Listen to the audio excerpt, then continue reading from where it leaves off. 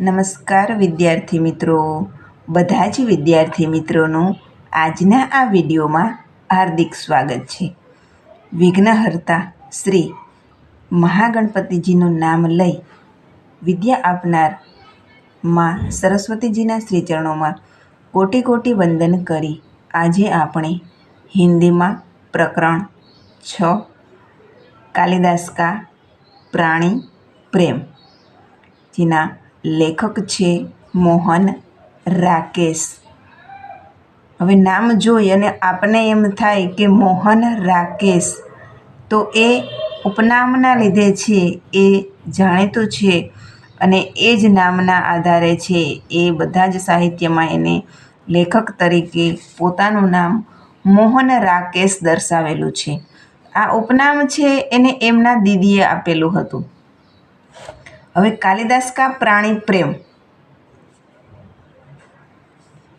કાલિદાસ કા પ્રાણી પ્રેમ કે જે કાલિદાસ છે, સંસ્કૃતના મહાન કવિ જે કાલિદાસ છે, એ કાલિદાસને પ્રાણીઓ પ્રત્યે જે સંવેદના હતી, પશુ પક્ષીઓ પ્રત્યે જે એની લાગણી હતી, એને અનુરૂપ છે એ આખું ગદ્યના રૂપમાં લેખક મોહન રાકેશ છે એને આપણા ધોરણ 10માં ખૂબ જ સરસ કે પર્યાવરણ છે એમાં માત્ર માનવ જીવન જરૂરી છે એ બાબત નથી, પણ પર્યાવરણની સુરક્ષા માટે પશુ પક્ષીઓ છે, અન્ય જીવજંતુઓ છે, એ પણ ખૂબ જ મહત્ત્વના છે. અનન્ય જેનું મહત્ત્વ કહી શકાય એવા મહત્ત્વના છે. માનવ જીવન विकास में प्राणियों का बड़ा योगदान है કે માનવ જીવનનો વિકાસ છે એમાં પણ જે પ્રાણીઓ છે એનું મહત્ત્વનું યોગદાન છે. प्राणी मानव के साथी है, इसलिए हमें उनका रक्षण करना चाहिए. કે કાલિદાસને જે પ્રાણીઓ પ્રત્યે જે સંવેદના હતી, એ સંવેદના દ્વારા લેખક છે એ સમગ્ર માનવ જાતિને છે પર્યાવરણની સુરક્ષા માટે, માનવ જીવનના વિકાસ માટે પ્રાણીઓ છે એ કેટલા મહત્ત્વના છે એની સુરક્ષા કરવી એ આપણી જવાબદારી છે, કર્તવ્ય છે, અને આપણે આપણી જિમ્મેદારી સમજી અને એનું રક્ષણ કરવું જોઈએ એ બાબત ઉપર છે એ મહત્ત્વનો ભાર આપેલો છે. હવે આપણે જોઈએ વિસ્તારથી. કાલિદાસ એક हिरण शावक को बाहों में लिए पुचकारता हुआ आता है. કે કાલિદાસ છે એ આખું જે નાટકના રૂપમાં છે, આ દ્રશ્ય છે, જે શબ્દ છે એને તમે દ્રશ્યના રૂપમાં વિચારો તો આ પાઠ છે એ તમારા માટે સરળ બની જશે. કે કાલિદાસ એક हिरण शावक को बाहों में लिए पुचकारता हुआ आता है. पुचकारता એટલે કે પ્યાર કરતા હુઆ, જેમ માનવ બાળક છે એને પોતાની માતા છે, પરિવારના સભ્યો છે, એ જેમ બાહોમાં લઈ અને પ્રેમથી લઈ જતા હોય એ રીતે हिरण शावक के शरीर से लहू टपक रहा है. કે हिरण शावक જે હિરણનું બચ્ચું છે એના શરીર ઉપરથી લોહી ટપક રહા હે, કે લોહીના ટીપા છે એ પડી રહ્યા છે, કારણ કે એ કેવું છે તો કે ઘાયલ છે. કાલિદાસ હવે ઘાયલ કઈ રીતે થાય છે, કઈ રીતે કાલિદાસ પાસે આવે છે, એ આખો શબ્દસહ સમજૂતી આપેલી છે. કે કાલિદાસ હમ જીએંગે હરિણ શાવક, જેમ બાળક સાથે છે એ વાતો કરતા હોય એ રીતે કાલિદાસ છે હરણના બચ્ચા સાથે વાતો કરતી રહ્યા છે. ભલે હરણનું બચ્ચું છે એ પોતાની શબ્દ ભાષા દ્વારા પોતાના વિચારો રજૂ કરી નથી શકતું, પરંતુ જ્યારે પશુ પક્ષીઓ છે, પ્રાણીઓ છે, એને માનવ તરફથી જે પ્રેમ મળે છે એ પોતે સમજી શકે છે, એને અનુભવી શકે છે. અહીંયા એવો જ એક સરસ મજાનો અનુભવ થશે કે હમ જીએંગે હરિણ શાવક, જીએંગે ના એક બાણ સે आहत होकर हम प्राण नहीं देंगे. શું કહે છે કે હમ જીએંગે, પાછો પ્રશ્ન કરે કે હમ જીએંગે ના એક બાણ સે आहत એટલે કે ઘાયલ, એક બાણથી ઘાયલ થઈ અને આપણે આપણા પ્રાણ થોડે આપી દઈશું. હમારા શરીર કોમલ હે તો ક્યાં હુઆ, हम पीड़ा सह सकते हैं। एक बाण प्राण ले सकता है तो उंगलियों का कोमल स्पर्श प्राण दे भी सकता है। કે એક બાણથી ઘાયલ થયેલું હિરણ છે, જો એને કોઈના તરફથી પ્રેમ સંવેદના ન મળે તો એક બાણ છે એ પ્રાણ લઈ પણ શકે છે. અને કોઈનો સ્પર્શ પણ કેવો લાગણીઓથી ભરેલો કોમળ સ્પર્શ છે, જો એને સ્પર્શી જાય, એને લાગણી મળે, સંવેદના મળે તો એ કોમળ સ્પર્શ છે એ પ્રાણ દે ભી શકતા એટલે કે એનું જીવનદાન આપી પણ શકે છે. हमें नए प्राण मिल जाएंगे, हम कोमल आस्तरण पर विश्राम करेंगे, हमारे अंगों पर द्रुत का लेप होगा. कल हम फिर वनस्थली में घूमेंगे, कोमल दुर्वा खाएंगे ना, खाएंगे ना. કેવી વાતો કરે છે જો.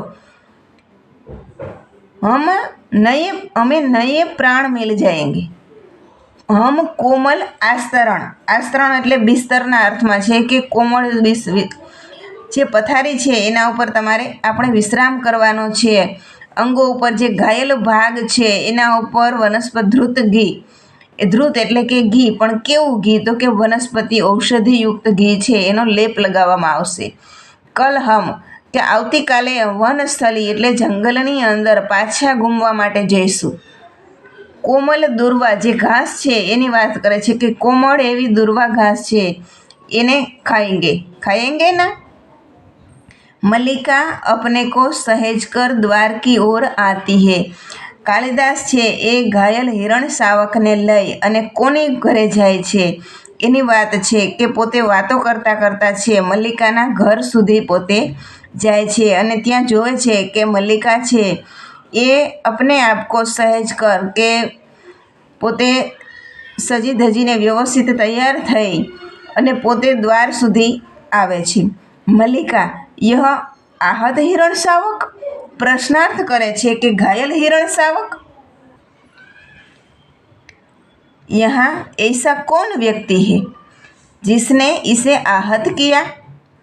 કે ઘાયલ હિરણ શાવકને જોઈ અને એ પ્રશ્નાર્થ કરે છે કાલિદાસને કે यहाँ ऐसा कौन व्यक्ति है इस धरती पर, हमारे इलाके में, एना अर्थ में कहे छे कि हमारे इलाके में ऐसा कौन व्यक्ति है जिसने हिरण को आहत એટલે કે ઘાયલ किया. क्या दक्षिण की तरफ यहाँ भी, કે દક્ષિણની દિશામાં છે ત્યાં પશુ પક્ષીઓ છે એનો શિકાર વધારે થાય છે, તો અહીંયા પણ આ પ્રવૃત્તિ થવા માંડી. कालिदास आज गांव प्रदेश में कई नई आकृतियाँ देख रहा हूँ. આજ એટલે કે આજે છે મને કંઈક આકૃતિ એટલે માનવના નવા ચહેરા જોવા મળેલા છે, એના અર્થમાં છે કે આજ આપણા ગામમાં આજુબાજુના પ્રદેશમાં છે એ કંઈક નવી જ આકૃતિઓ દેખાઈ રહી છે. ઝરોખે કે પાસ જાકર આસન પર બેઠ જાતા હૈ. ઘરની અંદર જે ઝરોખા રાખેલા હોય ત્યાં જઈ અને આસન ઉપર છે એ બેસી જાય છે. રાજ્ય કે કુછ કર્મચારી આયે હૈ. हिरण शावक को वक्ष से सटाक कर थपथपाने लगता है. हिरण शावक છે એને પોતે જે હથેળીમાં પોતાના હાથમાં અંદર જેમ બાળકને છે લઈને આવે છે એ રીતે લઈને આવે છે. ત્યાર પછી વક્ષસ્થળ એટલે કે ખોળામાં વ્યવસ્થિત બેસાડી અને થપથપાવા લાગે છે. હમ સોએંગે, હા हम थोड़ी देर सो लेंगे तो हमारी पीड़ा दूर हो जाएगी. પાછા કાલિદાસ છે એ હિરણ શાવક સાથે વાતો કરવા માંડે છે કે હમ સોએંગે, હા હમ થોડી દેર આરામ કરેંગે તો હમારી પીડા જે દુઃખ છે, જે ઘાવ પર દર્દ થાય છે એ દૂર થઈ જશે. परंतु उससे पहले हमें थोड़ा दूध पी लेना है. मल्लिका थोड़ा दूध हो तो किसी भाजन में ले आना. भाजन એ પાત્રના અર્થમાં છે. એ મલ્લિકાને કહે છે કે જો દૂધ હોય તો થોડું દૂધ છે એ એકાદા પાત્રમાં લઈને આવજો. મલ્લિકા માને દૂધ ઓટા કર રખા હૈ દેખતી હું.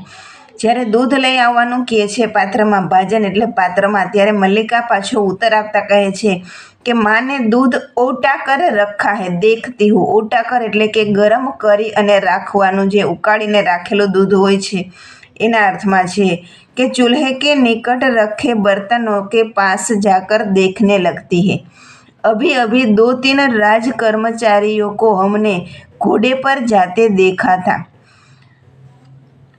माँ कहती है कि जब भी ये लोग आते हैं कोई ना कोई अनिष्ट होता है।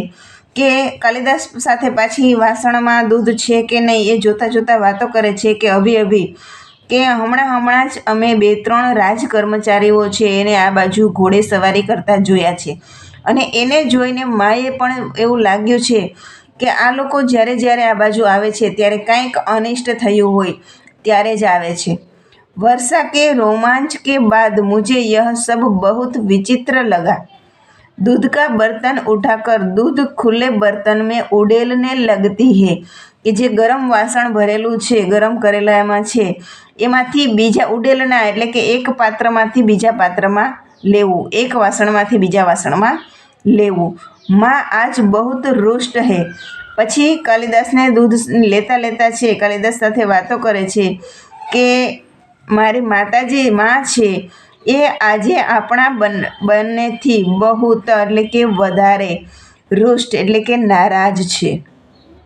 કાલિદાસ હિરણ સાવક કો બાહોं से झूलाने लगता है કે જેમ બાળકને જેમ લાડ કરવામાં આવે છે એ રીતે કાલિદાસ છે એ હિરણ સાવકને પોતાની બાહોમાં છે એ ઝૂલાવા લાગે છે। કાલિદાસ છે એ પોતાના હાથમાં નાના બાળકને જેમ ઝૂલાવતા હોય એમ ઝૂલાવતા પાછા હિરણ સાવક સાથે વાતો કરે છે। કાલિદાસ હમ પહેલે સે સુખી હે। હિરણ સાવકને કહે છે કે તારું દર્દ છે હવે ઓછું થઈ ગયું હોય એવું લાગે છે, હવે આપણે સુખી છીએ, हमारी पीड़ा धीरे धीरे दूर हो रही है, हम स्वस्थ हो रहे हैं। न जाने इसके रुई जैसे कोमल शरीर पर उससे बाण छोड़ते बना कैसे। કે આટલું નાનું છે તારું શરીર, આટલું કોમળ છે, સ્વસ્થ છે, અને તારા આવા શરીર ઉપર બાણ છોડતા એનો જીવ કેમ ચાલ્યો, એના અર્થમાં કહે છે વહ કુલાંચ ભરતા મેરી ગોદ મેં આ ગયા। કુલાંચ ભરના એ શબ્દ સમૂહમાં પણ આવે છે, તો ખાસ ધ્યાન રાખવું। કુલાંચ ભરના એટલે કે 4 પગે જે છલાંગ મારી અને હરણના બચ્ચાઓ છે, હરણ છે એ 4 પગે છલાંગ મારી અને કૂદકો લગાવી શકતા હોય છે, દોડી શકતા હોય છે, એવી ચાલના અર્થમાં છે કે કુલાંચ ભરતા મેરી ગોદ મેં આ ગયા। मैंने कहा तुझे वहाँ ले चलता हूँ जहाँ तुझे अपनी माँ की सी आँखें और उसका शाही स्नेह मिलेगा। હવે પહેલાં હિરણ સાવક સાથે વાતો કરતા હતા અને હવે છે એ હિરણ સાવક તો પોતાની પાસે જ છે, પણ વાતો કોની સાથે કરે છે કે મલ્લિકાની સાથે કરે છે કે હિરણ સાવક છે જ્યારે ઘાયલ થાય છે ત્યારે કુલાંચ ભરીને મારી ગોદમાં આવી જાય છે, ત્યારે મેં એને મારી સાથે રાખી લીધો, મારા ખોળામાં લઈ લીધો, અને મેને કહા કે મેં હિરણ સાવકને કીધું કે હું તને એવી જગ્યા ઉપર લઈ જઈશ કે જ્યાં તને તારી માં જેવી આંખો મળશે અને એવોના જેવો જ તને સ્નેહ મળશે। मल्लिका की ओर देखता है, मल्लिका दूध लिए पास आ जाती है। मल्लिका सच माँ आज बहुत रुष्ट है। મલ્લિકા છે એ પોતાની માતાની વાત કરે છે કે આજે આપણા બંનેથી આપણા મારી જે માં છે એ ખૂબ જ નારાજ છે। माँ को अनुमान हो गया है कि वर्षा में तुम्हारे साथ थी કે વરસાદના વાતાવરણમાં છે કે મલ્લિકા અને કાલિદાસ છે એ બંને સાથે હતા, એના અર્થમાં છે કે વર્ષાના વાતાવરણમાં મેં એટલે કે મલ્લિકા, તુમ્હારે એટલે કે કાલિદાસ કે સાથથી એ વાતની માતાજી છે મારી માં છે એને ખબર પડી ગઈ છે। નહીં તો इस तरह भीग कर न आती, माँ को अपवाद की बहुत चिंता रहती है। કે જો તારી સાથે કાલિદાસ ના હોય તો તું વરસાદના વાતાવરણમાં આ રીતે ભીંજાઈને આવતી નથી। માં કો અપવાદ કી બહુત ચિંતા, અહીંયા અપવાદ એટલે કે લોકો જે વાતો કરતે એના અર્થમાં છે કે આસ પડોશમાં, સમાજમાં દીકરીઓ પ્રત્યે જે વાતો થાય છે એના અર્થમાં છે કે માતાને મારી જે લોક અપવાદ છે એની ચિંતા છે। કાલિદાસ दूध मुझे दे दो और इसे बाहों में ले लो। વાતો કરતાં કરતાં પોતે એકબીજાની નજીક આવે છે અને મલ્લિકા છે દૂધ લઈને આવે છે ત્યારે કાલિદાસ કહે છે કે દૂધનું પાત્ર છે એ મને આપી દે અને હિરણ શાવક છે એને તું તારી બાહોમાં લઈ લે। दूध का भाजन उसके हाथ में से ले लेता है। मल्लिका हिरण शावक को बाहों में लेकर उसका मुंह दूध के निकट ले जाती है। કે મલ્લિકા છે એ શું કરે છે કે હવે કાલિદાસ પાસે દૂધનું પાત્ર છે અને મલ્લિકા પાસે હિરણ શાવક છે, તો હિરણ શાવકનું જે મોઢું છે એ મોઢાને દૂધના વાસણ પાસે લઈ જવાનો પ્રયત્ન કરે છે। कालिदास भाजन को उसके और निकट कर देता है। हम दूध नहीं पिएंगे, नहीं, हम ऐसा हठ नहीं करेंगे કે હિરણ શાવક છે દૂધ પીતું નથી ત્યારે એની સાથે હવે વાતો કરવા માંડે છે કે હમ દૂધ નહીં પીએંગે, નહીં નહીં, હમ એસી હઠ એટલે કે જીદ, હમે એવી જીદ નહીં કરેંગે, હમ દૂધ અવશ્ય पिएंगे। राजपुरुष दंतुल ड्योढ़ी से आकर द्वार के पास रुक जाता है।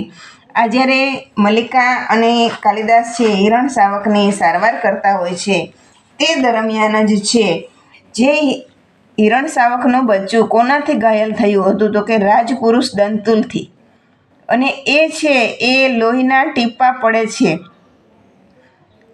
ઘાયલ પરિસ્થિતિમાં છે એટલે હિરણ શાવકના આગળ પહેલી જ લીટીમાં આવ્યું હતું કે લહુ ટપક રહા થા, તો એ ટીપાના આધારે છે એ રાજપુરુષ દંતુલ શિકારીના રૂપમાં છે અને એ છે પોતાનો શિકાર પકડવા માટે એ ટીપાના રસ્તા ઉપર ચાલી અને કાલિદાસ અને મલ્લિકા જે જગ્યા ઉપર